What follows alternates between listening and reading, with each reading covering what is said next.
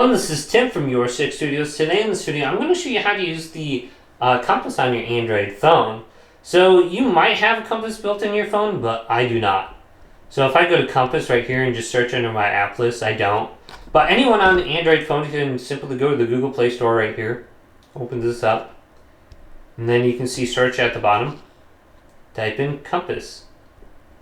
And get the first one, Digital Compass. That's probably the best one. 4.7. Rating with 10 million downloads, Digital Compass. Install it right here. This one will work, and it's done. So we can just open this up, move away from any magnetic interference, or recalibrate by waving your device in a figure 8. So you can do that right now if you want to calibrate it. But you can see this is pointing southwest, so I can turn it around, and it should stay the same direction. So the compass actually works pretty well once you download this app. And it looks like you might get some spicy pictures down here at the bottom because they're advertisements. But this is currently working. You can hit magnetic heading 2 at the top and just check this out. Hopefully this video did indeed help you out. If it did, leave a big thumbs up and subscribe to my channel down below.